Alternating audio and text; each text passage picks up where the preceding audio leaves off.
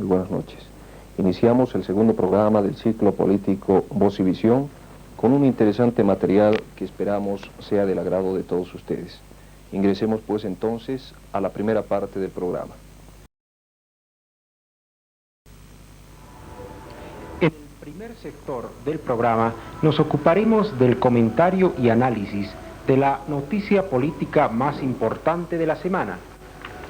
El pacto político firmado entre el MNR y la ADN es sin duda el hecho político más destacable, por cuanto es la primera vez que dos partidos, uno en función de gobierno y otro en la oposición, firman un documento de este tipo.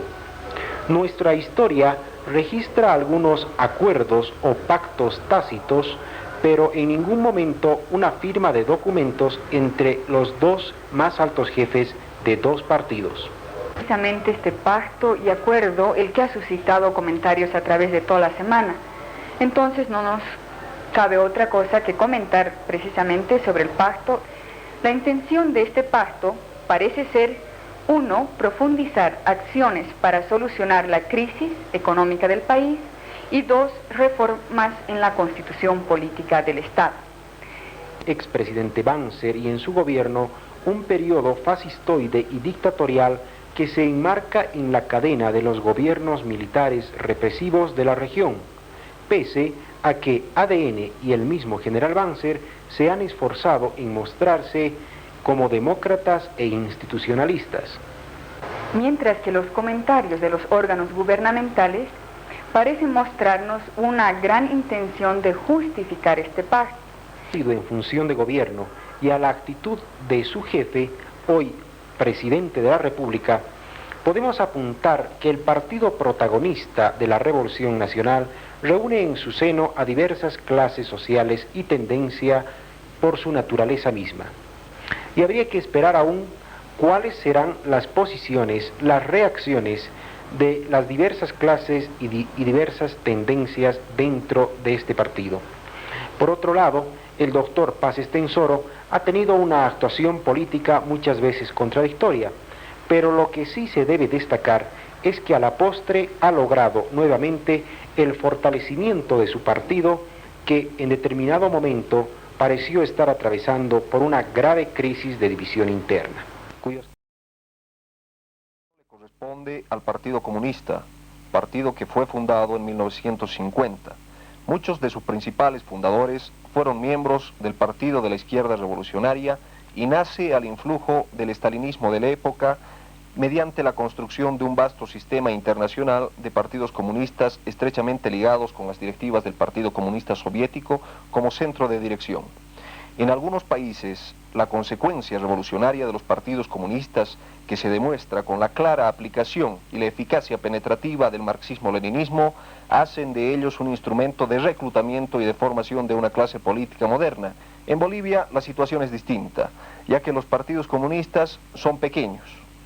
Decimos partidos comunistas porque las divergencias a nivel mundial hicieron resaltar las grandes contradicciones existentes entre Pekín y Moscú. Repercute en Bolivia, donde el Partido Comunista en 1964 se divide en Partido Comunista Moscovita y Partido Comunista Chino.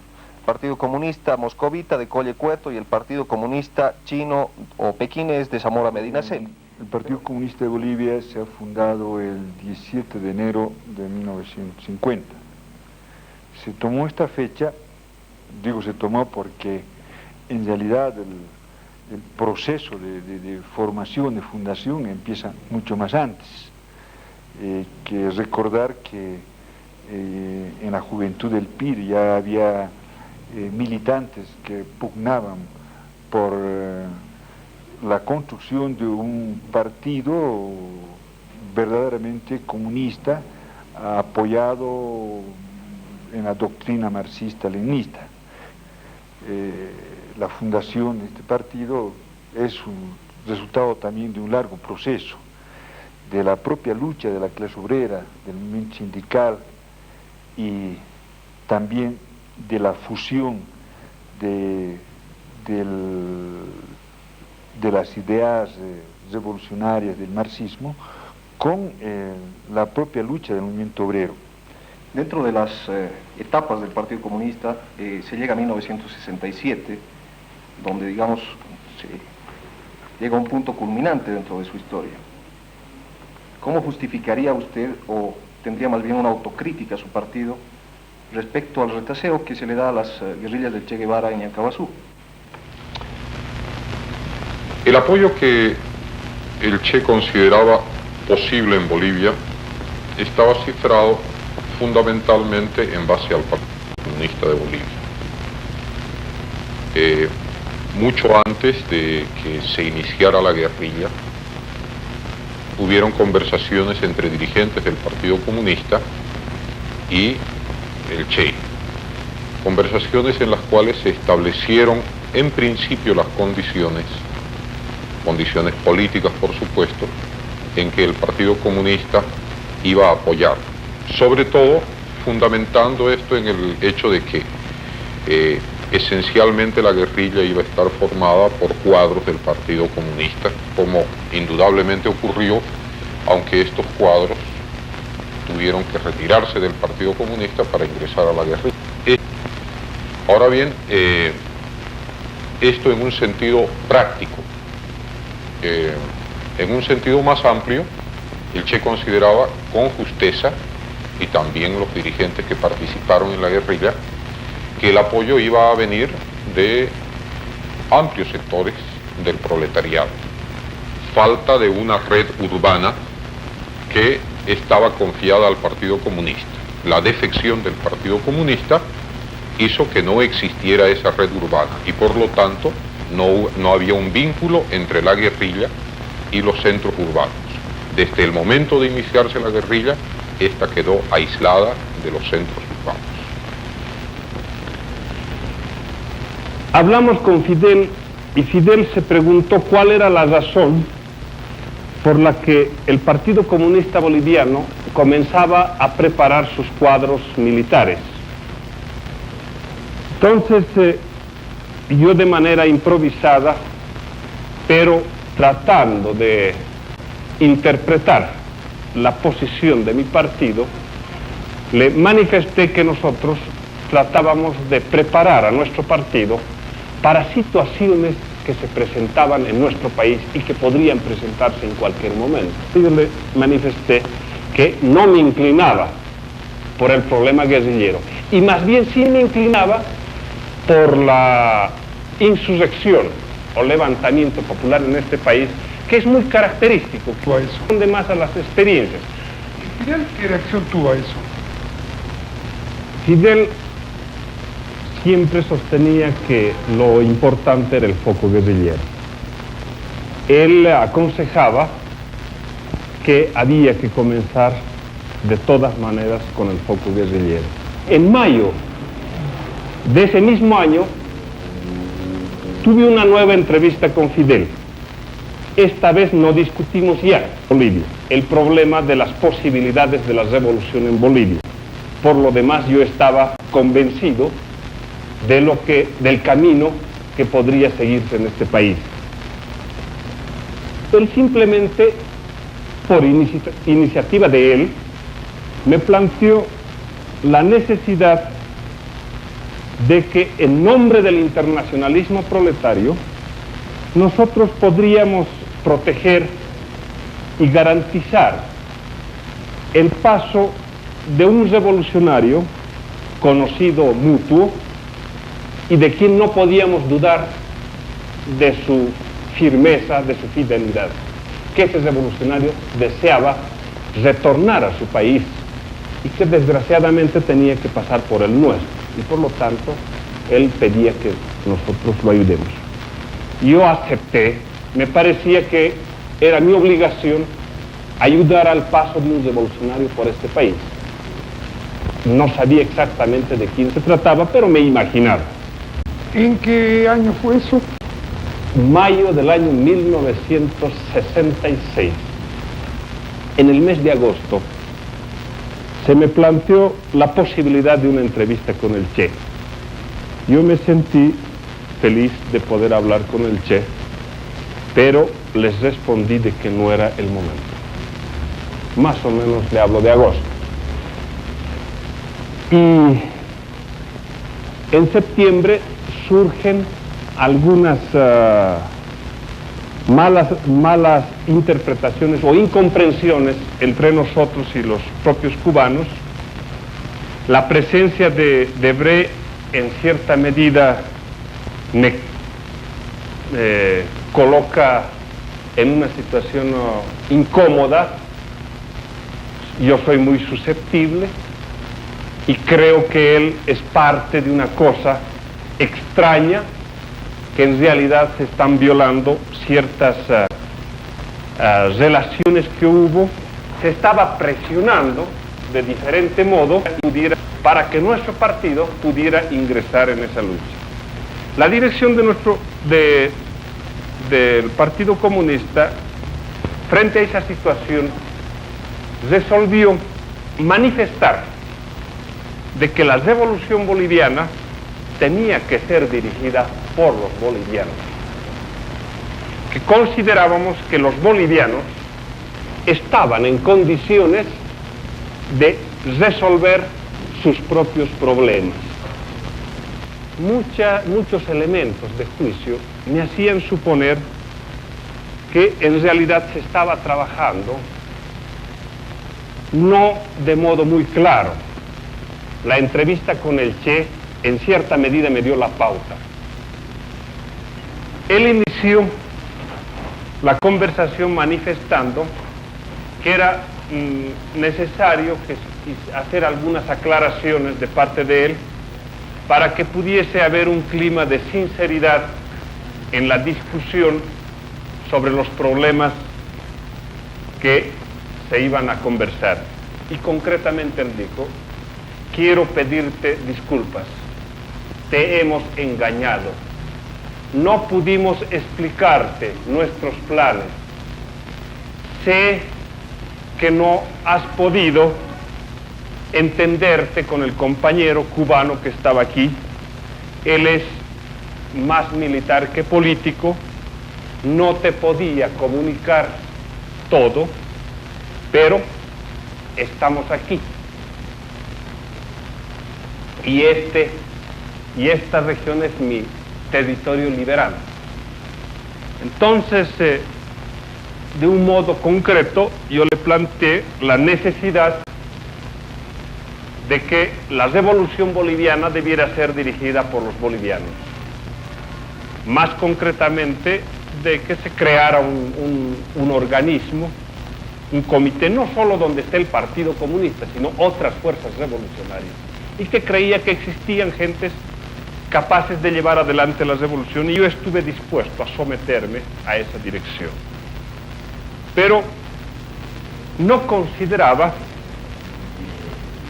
correcta la actitud de parte de ellos, tomando en cuenta los problemas nacionales e internacionales que estaban en juego. Ellos no habían llevado en cuenta esa situación. Era comprensible. ¿Por qué? Cuando discutíamos el problema de la dirección de la revolución, él mismo planteó de que él había hecho bastante experiencia. Había visto lo que ha ocurrido en el Perú el año 1963, en la Argentina en el 64, lo que pasó en el Congo, y que él consideraba que debían ellos encabezar o dirigir una revolución, que no podían subordinarse a otra fuerza, ya que ellos estaban en condiciones de llevar adelante. Y que habían elegido este país porque habían hecho una evaluación de algunas características. Primero, un ejército débil, un gobierno reaccionario como el de Barrientos, una burguesía débil, que podían ser derrotados. Pero además, su intención inicial de ir a la Argentina o en forma alternativa ir al Perú no había sido posible, porque en la Argentina no existía nada, no tenían ellos un aparato, no tenían quienes los reciban. En el Perú menos, más bien las noticias que ellos recibían era en sentido de que la situación allí no era lo más favorable. Y la noticia diferente, de que en Bolivia los comunistas nos preparábamos para una situación. Yo tengo la impresión, de cierta manera, de que el Che quiso convertirse en el culminante de una dinamita que la preparábamos nosotros. Quiso aprovecharse de una situación que la estábamos creando nosotros, preparando nuestros propios cuadros con la ayuda de ellos indudablemente, y tratar de arrastrarnos mediante esa situación a una lucha que se puede explicar de una manera más clara cuando un ayudante de él decía que nosotros no tendríamos más alternativa que sumarnos a esa lucha. Y yo le expuse al Che el criterio que tenía sobre la revolución boliviana, que ya lo había manifestado a Fidel casi un año antes, y también había ido repitiendo mucho antes. Le planteé la necesidad de levantar, de preparar en escala nacional un partido, una organización militar capaz de impulsar una revolución en un momento de crisis, que hayan ciertas condiciones. Entonces, él me dijo: yo no te puedo dar la dirección revolucionaria, no te puedo dar la dirección porque tú no crees en la guerrilla, tú tienes planes diferentes, tú estás preparando, tú crees en una insurrección, en un levantamiento de carácter nacional, sin fecha, sin tiempo fijo, esperando la agudización o la presentación de algunas contradicciones. Yo le dije: sí, tú me entiendes, así yo pienso, porque no creo que esto pueda llevar a la revolución. Yo creo que una actitud autocrítica de nuestro partido casi es una norma en toda su actividad. No es que nosotros hacemos una autocrítica solamente frente a determinados acontecimientos, es una conducta permanente. En la vida del partido está presente ese acontecimiento del año 1967. No es muy sencillo explicar porque evidentemente dirigentes del partido en ese entonces mantuvieron relaciones como hoy se mantiene con diversos partidos comunistas, y en ese entonces con el Partido Hermano de Cuba. Es allí donde aparece, digamos, la presencia del partido. Pero tenemos que decir que en realidad el Partido Comunista de Bolivia no fue partícipe de esa concepción que se planteó en la lucha guerrillera del año 67. Es decir, no formó parte de esa concepción, no participó en el esquema mismo, aunque hubieron militantes nuestros que se fueron por su propia cuenta, y gente que concibió de que ese era el camino de la lucha revolucionaria en el país, y nosotros como dirección del partido en ese entonces hemos expresado nuestra solidaridad frente a esa situación, aún no estando en la concepción esa, no estando en el esquema mismo. Nosotros hemos participado de la solidaridad con el movimiento guerrillero que surgió el año 1967. Ahora, yo digo que esto es en una entrevista así televisiva es muy difícil explicar todos los factores que pesaron. Yo ya formaba parte de la dirección del partido, conozco muchos aspectos de ese entonces, pero también se han dicho cosas totalmente falsas sobre la conducta del partido. Se han hablado de que el partido habría traicionado, una serie de aspectos que nosotros estamos convencidos ahora de que una serie de versiones fue la propia CIA la que lanzó a la prensa, y aquí no vamos a negar que la CIA tiene tanto poder que pueden haber artículos en revistas, en periódicos, editoriales, hechos por la CIA con determinada finalidad. Y en ese entonces la finalidad era destruir al Partido Comunista, haciendo aparecer como si hubiese traicionado a la guerrilla. Pero después aparecieron los documentos, tanto el propio diario del Che Guevara, como otros diarios de los guerrilleros, de los combatientes, y se han ido aclarando cuál fue la participación de nuestro partido. Nuestro homenaje a los compañeros que marcharon en ese contingente guerrillero, convencidos de que ese era el camino. Creo que en ese caso, creo que no es solo nosotros los que hemos rendido homenaje al valor con que han defendido lo que ellos creían, han defendido con su vida lo que han propugnado, y es el caso del propio comandante Che Guevara, que ha escrito muchas cosas y ha defendido con su vida en ese camino. Esto ha sido nuestra conducta frente a los acontecimientos, que seguramente se seguirá hablando de esto y nosotros tendremos la oportunidad de ir esclareciendo sin quitar la responsabilidad que hubiésemos tenido, pero ya digo, en cuanto a relaciones que hemos mantenido con los partidos hermanos y entre ellos con el Partido Comunista de Cuba. De lo expuesto por usted, ¿se podría desentrañar entonces de que el método viable para la toma del poder no es necesariamente la insurrección, sino más bien estar dentro de los marcos, dentro de los límites de la legalidad democrático-burguesa? No he dicho de ninguna manera eso, ni siquiera he hablado de la insurrección, que es algo diferente a la guerrilla.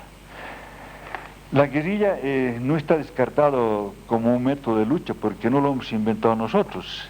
En este país tenemos que recordar a los guerrilleros de la independencia. Por eso ahora cuando se está hablando de guerrillas, y desde Tarija dice los únicos guerrilleros que han existido en Tarija son los que ha comandado Moto Méndez. O sea, está recordando que había la guerrilla y que eso puede darse en cualquier país donde las condiciones políticas, sociales se presenten. Eso es lo que la experiencia lo dice, nadie lo está adivinando porque ha habido lucha guerrillera. Vamos a recordar lo que pasó en Vietnam. No fue una lucha regular la que enfrentó y derrotó a una potencia como los Estados Unidos. Fue una lucha irregular, de la que como técnicamente denominan los militares. Otro es el problema de la insurrección, y que eso también en nuestro país tenemos como una experiencia. Lo clásico de una insurrección fue el año 52. Y la insurrección es un acontecimiento armado que se caracteriza por ser un hecho que dura 2-3 días, o se resuelve, digamos, en un tiempo pero brevísimo, a diferencia de lo que en el propio país hubo una guerra civil del cual fue protagonista el MNR, el año 49, una guerra civil que duró más de un mes. Entonces, esas son las características que dan la lucha, y claro que no se descarta ninguna de ellas, pero de acuerdo a las condiciones de cada país. No es posible trasplantar lo que se ha hecho en determinado país y traerlo a otro donde las condiciones pueden ser totalmente diferentes. Muy bien. Avanzando un poco y llegando ya al gobierno de la UDP, ¿cuáles son los objetivos que cumple el Partido Comunista al interior del Frente de Unidad Democrática y Popular? ¿Y cuáles son las limitantes o condicionantes que impiden llevar a cabo un proyecto o un programa más revolucionario? Por la primera cuestión que tenemos que decir en cuanto a la UDP, hay que rescatar muchas cosas de lo que fue ese proyecto. Ese proyecto no se lo estableció un día cualquiera, sino que surgió en la lucha frente a la dictadura de Banzer y pasando por lo que fue la dictadura de García Meza. O sea que en esas condiciones es que se establece el Frente de la Unidad Democrática y Popular, con fuerzas bastante heterogéneas en la concepción ideológica, porque el MNR de izquierda, encabezado por el doctor Paz Tensoro, ve el mundo o la vida de otro modo como vemos los comunistas. Igual el MIR con una serie de concepciones, muchas de ellas ligadas a la propia socialdemocracia, pero el proyecto político estableció una coincidencia en la lucha contra la dictadura, en este caso de Banzer, más después de García Meza, a través de unas bases programáticas que se las formuló. Yo creo que fueron incompletas, no se las desarrolló. Pero uno de los aspectos que nosotros tenemos que decir a los trabajadores y al país es que uno de los aspectos que digamos, no permitió de que la UDP pueda tener mayor consistencia política, firmeza y enfrentar un proyecto como el que está escrito en las bases programáticas, es que el Partido Comunista no tenía la fuerza suficiente al interior del UDP. Tenemos que reconocer que el Partido Comunista no tenía la fuerza política, la fuerza de masas, para poder imponer el cumplimiento de ese programa. Y lo decimos francamente, y lo decimos porque, como repito, la lucha aquí no ha terminado y necesitamos nosotros forjar alianzas que puedan enfrentar a esta oligarquía en este país, que ahora se va a ir fortaleciendo más con la aplicación de la política del doctor Paz Estenssoro, porque esa política es sencillamente para fortalecer a la minería mediana, a la banca, al gran comercio, y políticamente ya se han fusionado o se han juntado los dos partidos mayores para respaldar este proyecto económico, y por lo tanto las fuerzas de izquierda, las fuerzas democráticas, tienen que tomar en cuenta que hay que unirse, hay que aliarse para enfrentar el peligro de que nuestro país retroceda más de lo que ha retrocedido, porque el proyecto del doctor Paz Estenssoro es un proyecto que vuelve atrás al país antes del año 52. Esto es lo que podría decir en cuanto a la responsabilidad que hemos tenido nosotros en el fracaso del gobierno de la UDP. ¿Usted cree que ese fracaso al interior de la UDP, esa crisis y esa no prosecución de un programa revolucionario de acuerdo a la ideología del Partido Comunista haya sido la causante para la división este año del Partido Comunista? O sea, tenemos a Barrenechea, que tiene su Partido Comunista en este momento, un prominente miembro de su partido. Bueno, no podemos negar, tiene que ver en esa decisión la presencia del partido, criterios encontrados en el partido sobre la conducta de nuestro partido al interior del gobierno. Debemos decirlo francamente, había dirigentes y militantes que criticaban seriamente la presencia del partido en el gobierno, pero en honor a la verdad, Ramiro Barrenechea no era de los que se caracterizaba en ese grupo de dirigentes que estaban en desacuerdo con la presencia del partido. Él sí estuvo de acuerdo y fue ministro inclusive del gobierno, de la UDP, a instancias del propio partido. Pero él los tipifica como revisionistas y como el ala derechista, digamos, dentro del Partido Comunista, ¿ustedes? Bueno, la historia de las decisiones en los partidos comunistas se han dado siempre con esos estigmas. Usted no va a ver que alguien se separe y diga, nos separamos porque aquellos son más revolucionarios, son más de izquierda y nosotros no somos. Siempre el grupo que se va, se desprende, es el que aparece yéndose, porque a veces es un pretexto para irse definitivamente. Y dice, nos vamos porque los que quedan son la derecha, son los oportunistas. Este es el caso típico que está pasando en este momento, porque debo recordar que el año 64, porque esta es la segunda decisión, en ese entonces también Óscar Zamora, que ni estaba en este país, ni estaba militando siquiera en el partido, pero encuentra a 4 compañeros del Comité Central que también se van del Comité Central diciendo, en ese entonces, ¿de qué nos estaban acusando? De que nosotros estábamos apoyando a la camarilla de Paz Estenssoro, el año 64 estoy hablando, antes de que lo tomen. La diferenciación orgánica en el Partido Comunista no es sino la culminación de un largo proceso de contradicciones internas en las que se enfrentaron fundamentalmente dos posiciones. Una posición que buscó institucionalizar el partido y convertirlo nada más que en un aparato inserto en el propio sistema, con posibilidad de plantear un programa revolucionario sí, pero sin capacidad para ejecutarlo. La búsqueda de recuperar el partido para la revolución es una búsqueda larga, anterior a la UDP. Podríamos decir que el momento de la UDP es para el Partido Comunista el momento más crítico, porque ahí se confrontan las dos posiciones. Una posición que busca utilizar la UDP o el gobierno de la UDP como una forma de acumulación revolucionaria, y otra, la conservadora, que busca simplemente institucionalizarse e insertarse en el aparato estatal. Ahí están las contradicciones, ahí está el corazón de las contradicciones entre una posición reformista que considera que es posible ir acumulando indefinidamente, sin dirección, sin objetivo de la toma del poder, las posiciones del partido buscando espacios políticos, y la otra que busca utilizarlo como instrumento político para la acumulación revolucionaria, para la acción revolucionaria, para la conducción de las masas hacia la toma del poder. Y esto es lo que se confronta cuando el Partido Comunista ingresa al gobierno. Y es por eso que lo hacemos abiertamente. Lo hacemos abiertamente, incluso censurando al gabinete de la UDP, en el cual estaban incorporados 2 miembros del Partido Comunista, y lo hacemos personalmente. Yo llevé adelante en el Parlamento 2 acciones parlamentarias de censura a ese gabinete por acciones que estaban cometiéndose contra el programa del UDP. Y si participamos eventualmente en ese gobierno, a través del Ministerio del Trabajo, fue precisamente en función de rescatar esa acumulación popular que significó el gobierno de la Unidad Democrática y Popular. Y si Simón Reyes considera que esa era una forma de complicarnos, está deformando la verdad, porque desde el Ministerio, en los 3 meses que estuvimos en el Ministerio, bloqueamos absolutamente todas las maniobras del gabinete derechista que buscaba aplicar un paquete contra el pueblo de Bolivia.